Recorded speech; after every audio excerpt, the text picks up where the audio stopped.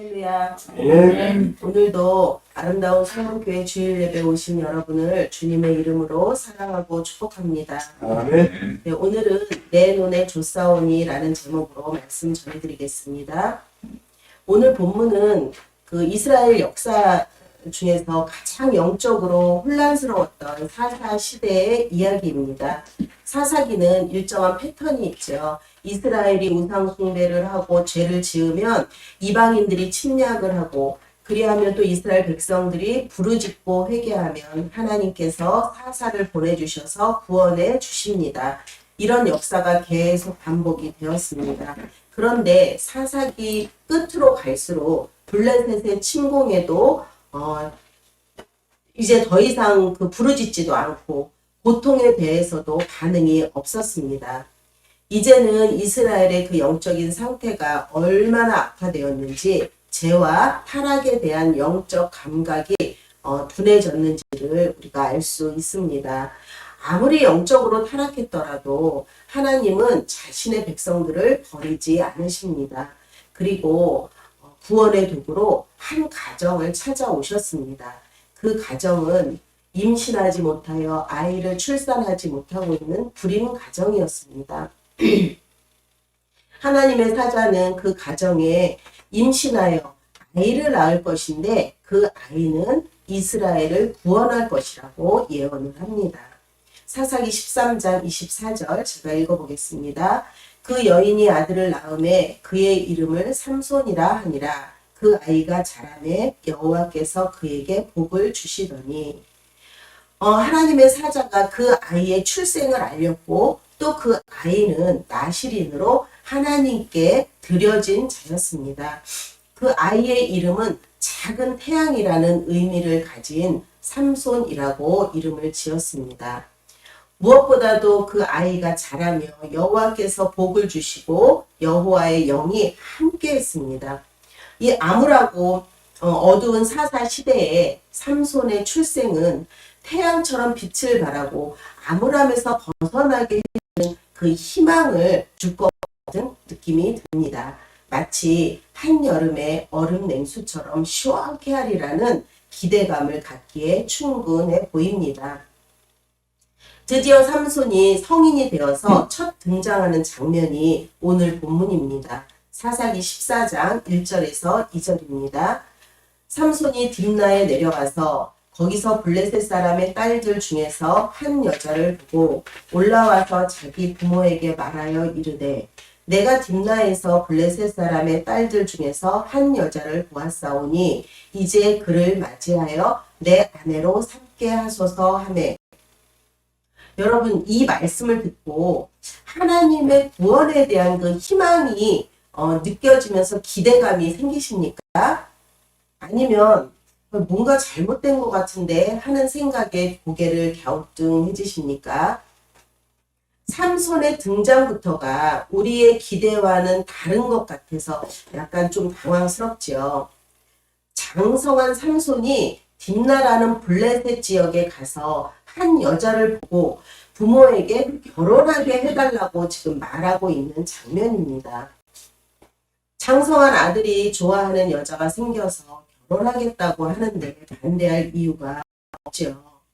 어제 우리 김기배 목사님 아들도 결혼했지만 목사님이 그 전에 아들이 원하는 대로 아버지 이렇게 하겠습니다 하니까 우리 김기배 목사님, 그래 네가 알아서 다 해라 이렇게 하셨다고 하신 것처럼, 자식이 장성해서 결혼하겠다고 하는데 반대할 부모는 없을 것입니다. 그런데 이제 하나님께서는 이스라엘 사람이 가나안 사람과 결혼하는 것을 금지하셨죠.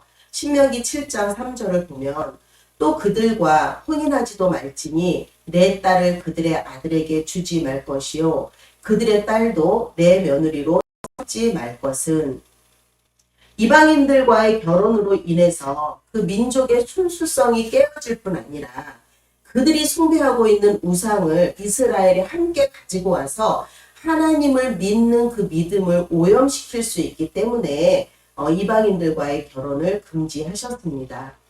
삼손은 이스라엘을 괴롭히는 블레셋에서부터 구원하라고 태중에서부터 나실인으로 택함받은 사람입니다. 이런 신분을 가졌음에도 불구하고 삼손은 하나님께서 금하신 이방 여인과 사랑에 빠지다니요. 정말 말도 안 되는 충격적인 상황이 아닐 수 없습니다. 삼손의 부모는 당연히 허락을 하지 않았습니다. 3절 상반절입니다. 내 형제들의 딸들 중에나 백성 중에 여자가 없어서 할례 받지 아니한 블레셋 사람에게 가서 아내를 맞으려 하느냐? 라며 책망합니다. 삼손은 부모의 반대에도 불구하고 물러서지 않고 자신의 마음을 꺾지 않습니다. 그리고 나서 삼손이 하는 말을 들어보면 더 과간이 아닙니다. 3절 하반절입니다.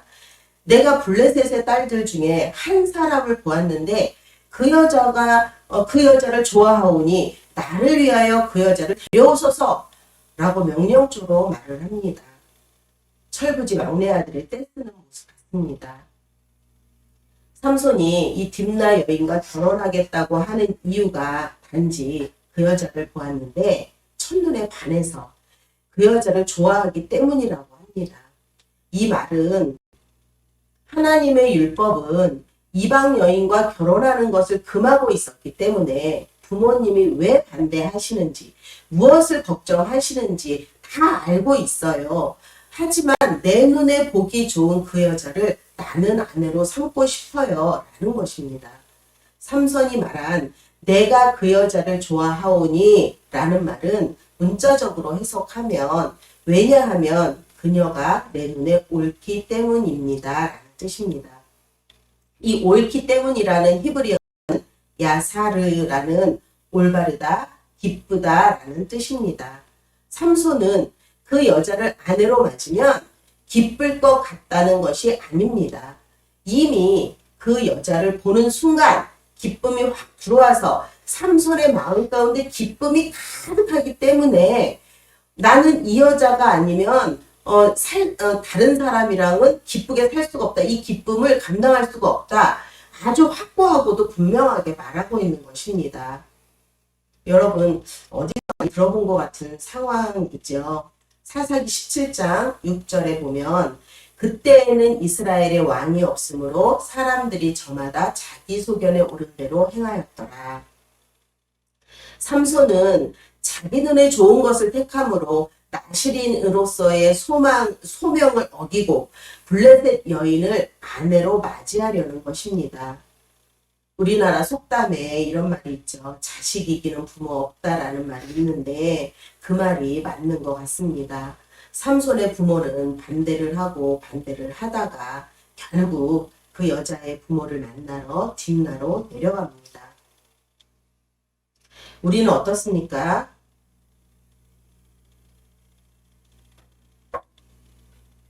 우리도 우리 눈에 좋아 보이는 딥나의 여인이 있을 것입니다. 내 눈을 멀게 하는 보암직도 하고 먹음직도 한 세상에서의 그 화려한 성공일 수도 있고요.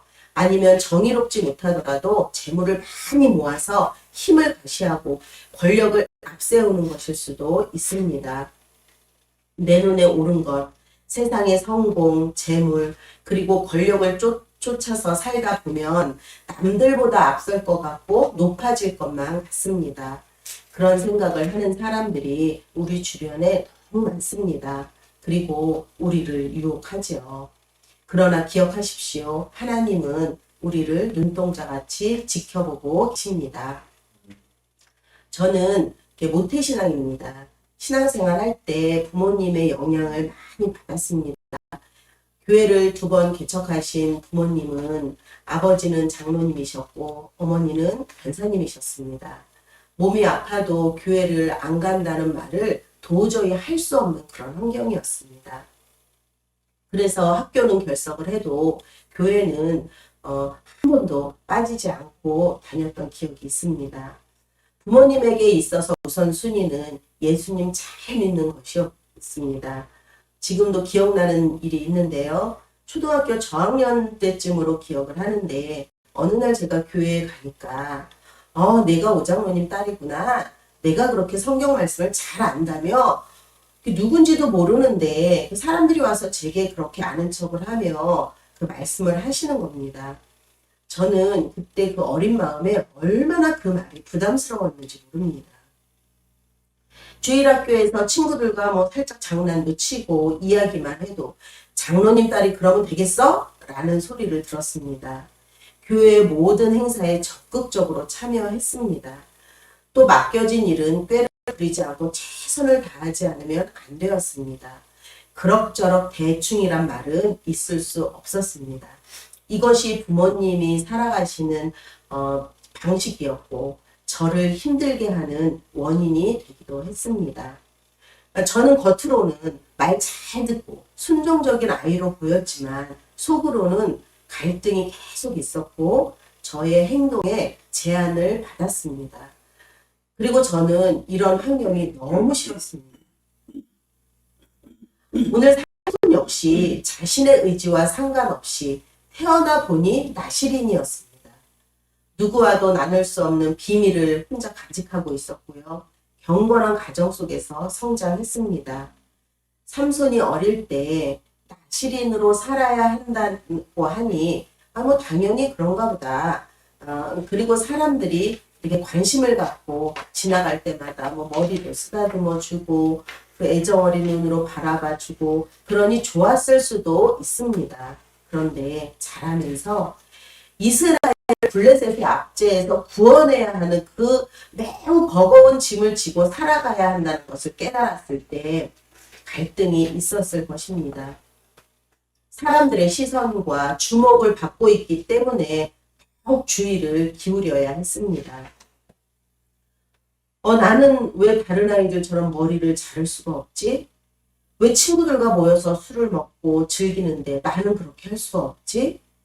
이렇게 속으로 순간순간 올라오는 감정들을 무시할 수도 없었고 그렇다고 다른 친구들처럼 행동할 수는 더더욱 없었을 것입니다. 결국 삼손은 이런 감정들이 쌓여서 역기능으로 나타나 일탈을 하게 되죠. 6절입니다. 여호와의 영이 삼손에게 강하게 임하니 그가 손에 아무것도 없이 그 사자를 염소 새끼를 찢는 것 같이 찢었으나 그는 자기가 행한 일을 부모에게 알리지 아니하였더라. 성령이 삼손에게 강하게 임하자 엄청난 힘이 나타났습니다. 맨손으로 사자를 찢는다는 것은 사람의 힘으로는 할 수 없는 일이니까요. 성령의 강한 임재를 경험한 삼손은 놀라지도 않고 성령을 보내주신 하나님께 감사하지도 않았으며 부모님에게 이야기하지도 않았습니다.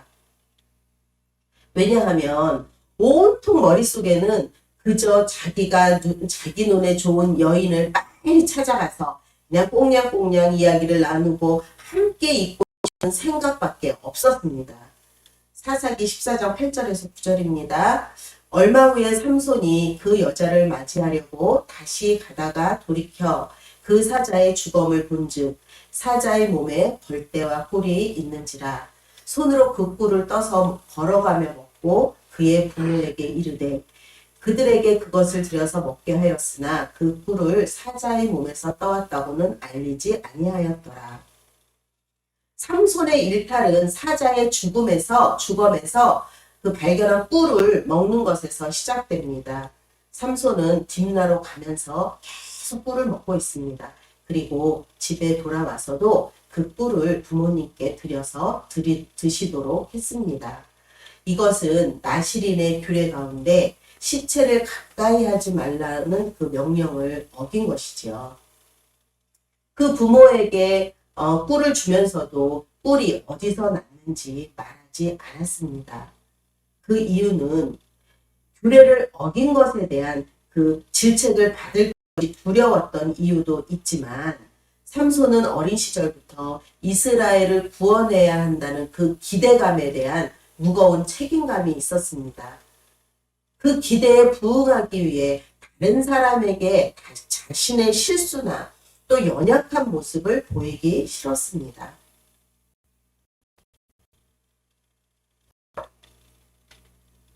강하고 듬직한 모습으로 사람들을 기쁘게 해야 한다는 욕구가 컸기 때문이죠. 우리는 여기서 두 가지 질문이 생깁니다. 첫 번째는 삼손은 태중에 있을 때부터 하나님께 바쳐진 나실인으로 하나님의 사자가 예언을 했고 출생을 했습니다. 그런데 어떻게 육체의 소욕을 따라 안목의 정욕을 따라 자기 눈에 좋은 대로 행동할 수 있을까? 두 번째는 삼손은 자기 눈에 좋은 것을 택해서 나아가고 있는데 어떻게 하나님께서 주신 나실인의 소명을 자기 눈에 좋은 것을 택하고 하나님이 주신 나실인의 소명을 깨뜨렸음에도 불구하고 맨손으로 사자를 찢을 정도의 엄청나게 강한 성령의 역사가 나타나는 것일까? 나실인으로서의 규례도 어기고 부모님에게 순종도 하지 않는 삼손의 모습을 보니 답답하기 그지없습니다. 그런데요, 그 모습이 낯설지만은 않습니다. 왜요? 우리의 모습이기 때문이죠. 우리도 하나님께 택함받은 하나님의 자녀입니다. 그러나 우리가 하나님의 나라를 생각하기보다는 내가 어떻게 하면 잘 살까? 어디에 투자를 하면 이득이 날까? 내가 어떻게 하면 인정을 받을까? 하나님의 말씀은 말씀이고 내 눈에 좋은 것만 쫓고 있지는 않으신지요. 성경에는 하나님이 택하셨지만 연약한 모습의 사람들이 많이 나옵니다. 솔로몬은 어땠습니까? 솔로몬의 아버지 다윗은 백성들에게 큰 사랑을 받았습니다. 다윗은 나라를 위해 많은 업적을 남긴 영웅이었지요. 그런 다윗 왕의 길을 이은 솔로몬은 부록의 나이에 왕위에 올랐지만 아버지 다윗에 대해 열등감이 매우 심했습니다. 솔로몬은 그래서 스스로 명성을 얻으려는 그 강한 동기가 발동을 했습니다. 아버지 다윗보다 더 큰 업적을 남기고 성공을 해서 백성들에게 인정받고 싶은 욕심이 생겼습니다. 사람들에게 주목받으려고 역사상 전례 없는 왕궁을 건설하면서 자기 자신에게 감각적으로 집착을 했습니다. 그러나 그러면 그럴수록 만족감이 없었고 결국 왕으로 지켜야 할 금기사항 3가지를 모두 어겼습니다. 첫 번째, 왕은 자기를 위해서 말을 많이 두면 안 되고 금과 은을 쌓아두어서도 안 되고 아내를 많이 두어서도 안 된다는 그 금기사항을 뻔뻔하게도 다 어겼습니다.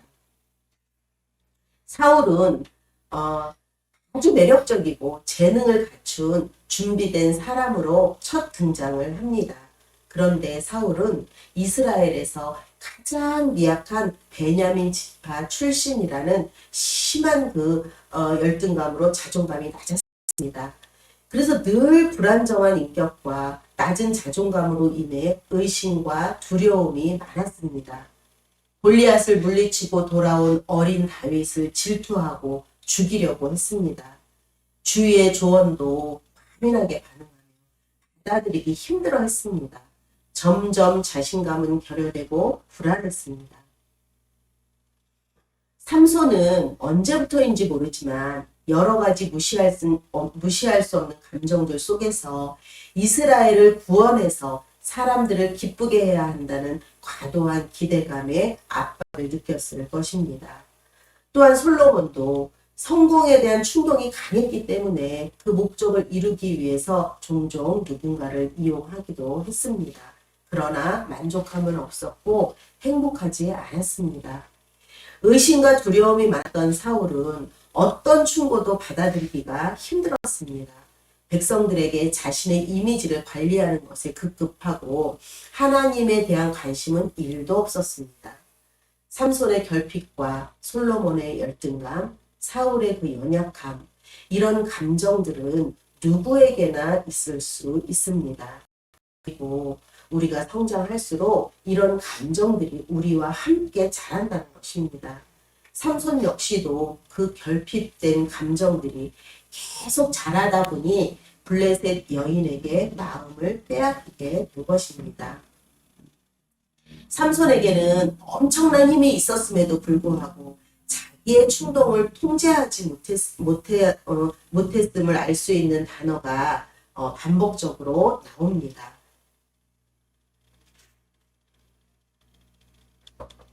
1절에 내려가서 5절에 내려가 7절에 내려가서 그러니까 1절에서는 딥나에 내려가서 블레셋의 여인을 봅니다. 5절에서는 딥나로 내려가 젊은 사자를 봅니다. 7절에 딥나에 내려가서 여자와 말하고 그 여자가 좋아졌습니다. 그러니까 블레셋의 도시 딥나로 내려갈 때마다 문제를 일으키고 점점 나락으로 떨어졌습니다. 우리 모두는 누구에게나 그 연약함이 있습니다. 사소한 것에서부터 아주 심각한 것까지 그 형태가 아주 다양하지요. 우리가 부모로부터 거절당했던 상처로부터 분노하다가 내가 좀 더 순종을 하면 상황이 달라지지 않았을까라고 자책을 하기도 합니다. 또한 은밀하게 들어온 교만과 이기심으로 우리는 많은 관계들을 잃어버리기도 합니다. 우리는 이렇게 많은 결핍들을 안고 살아갑니다. 문제는 우리가 가지고 있는 결핍에서 전적으로 자유로울 수 있느냐가 아니라 그 결핍을 우리는 어떻게 해석하고 어떻게 다루느냐가 중요한 것입니다. 이러한 결핍이나 연약함이 결코 나쁜 것만은 아닙니다. 왜냐하면 긍정적으로 결핍을 잘 다루는 사람은 자신의 결핍이라는 파도를 타고 오히려 매우 안정적인 성공의 열매를 맺는 원동력이 되기도 합니다. 우리가 잘 알고 있는 세계적으로 유명한 빌리 그레이엄 목사님은 젊은 시절 에밀리라는 소녀와 사랑에 빠져 청혼을 했습니다.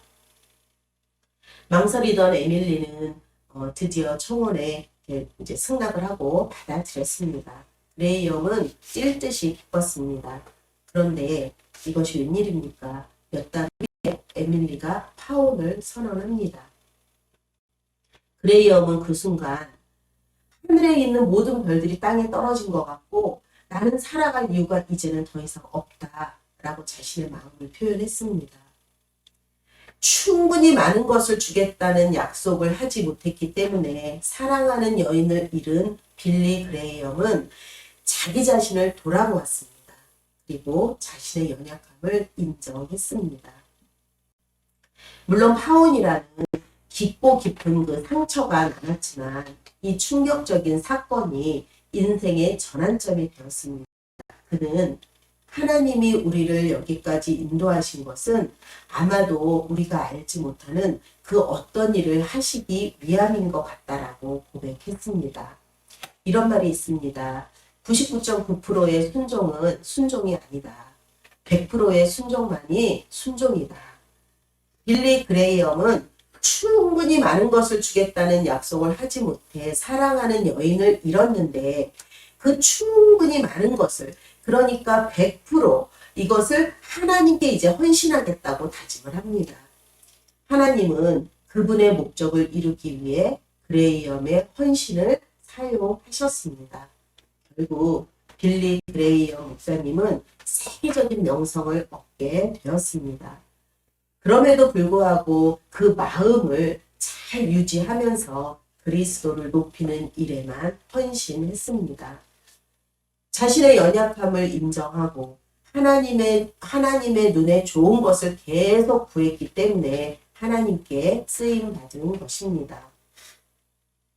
다윗 역시 부하 직원 우리아의 젊고 아름다운 부인을 유혹하고 싶은 충동에 사로잡혔습니다. 그는 이스라엘 백성들을 위해서 하나님께서 직접 택하시고 기름 부음 받은 왕이었지만 우리아의 아내 바세바를 취하게 됩니다.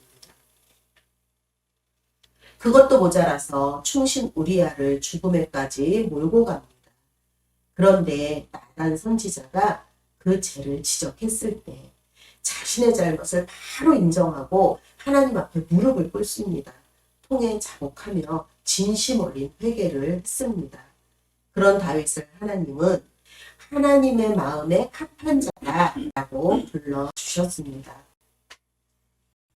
이렇게 긍정적으로 자신의 연약함을 잘 다루는 사람은 자신의 아프고 부끄러운 과거가 오히려 탁월한 성취를 이끌어내는 원동력이 되었습니다. 그러나 자신의 결핍을 부정적으로 다룬 경우는 비극적인 파멸을 겪기도 합니다. 사울은 블레셋과의 중대한 전쟁을 앞두고 희생 제물을 드리기 위해 제사장 사무엘을 기다려야 했습니다. 약속한 7일이 지나가는데도 사무엘은 오지 않고 사람들은 이제 흩어지려고 하고 사울이 자진 제사를 드립니다. 바로 그때 사무엘이 도착해서 하나님의 말씀에 불순종한 것이라고 크게 화를 내며 꾸짖습니다. 당신은 재정이 분리되어 있었기 때문에 제사는 제사장만 드릴 수 있었습니다. 사울은 자신의 잘못을 인정하지 않고 변명하다가 결국 하나님께 버림받았습니다. 우리가 창세기 3장 6절을 보면 여자가 그 나무를 본즉 먹음직도 하고 보암직도 하고 지혜롭게 할 만큼 탐스럽기도 한 나무인지라.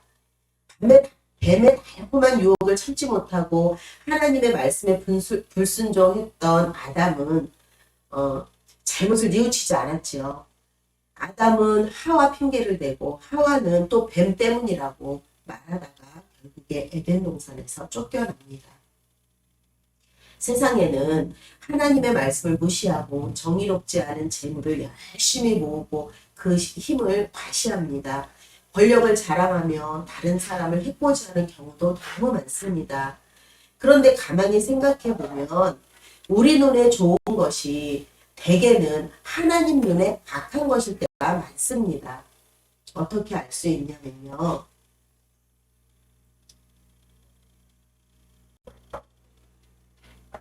우리가 하나님의 눈에 좋은 것을 따라가면 성령이 충만한 상태가 됩니다. 그러면 일상생활에서 기쁨이 있고 감사가 넘치게 됩니다.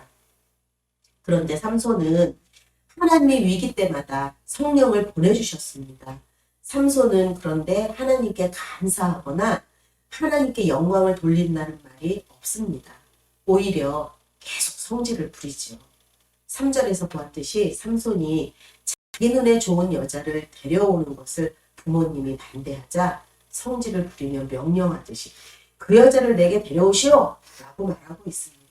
이것만 보더라도 얼마나 하나님의 말씀을 기억하지 않고 육체의 소욕과 안목의 정욕을 따라 행하는 악한 풍조에 깊이 빠져 있는가를 짐작할 수 있습니다. 그럼에도 불구하고 하나님의 구원 계획은 계속 진행되고 있었습니다. 하나님의 사랑과 은혜가 실로 놀랍다 아니할 수 없습니다. 그리고 우리 주변을 보면 꼭 이렇게 이야기하는 분들이 있습니다. 나는 절대 틀린 말을 안 해 라고 하면서 사랑하는 가족들이나 가까운 직장 동료들 그리고 교회에서조차 사람들의 잘못을 바로잡겠다는 명분하에 분노를 표출하고 지적하고 거친 말들을 쏟아냅니다. 지금 혹시 내 얘긴데 하시는 분이 계신가요? 회개하십시오. 이것은 성령의 역사가 아닙니다. 그냥 분노 폭발입니다. 사랑하는 여러분, 모든 사람은 연약한 존재입니다. 우리는 우리만 연약하다고 생각을 했지만 그렇지 않습니다. 유명한 연예인도 대기업의 경영자도 그리고 하나님의 택함받은 사람들도 우리처럼 크고 작은 결핍을 가지고 살아가고 있다고 하니 그래도 위로가 되기는 합니다. 중요한 것은 내 눈에 좋은 것보다 하나님 눈에 좋은 것을 보는 것이 중요한 것입니다. 이제 내 눈에 좋은 것에는 눈을 감으시고 하나님의 눈에 좋은 것에는 눈을 크게 뜨십시오. 아멘. 그리고 한 주간 동안 하나님 눈에 좋은 것을 따라 살아가며 성령의 역사를 경험하는 아름다운 서영교회 여러분 되시기를 간절히 바랍니다. 아멘.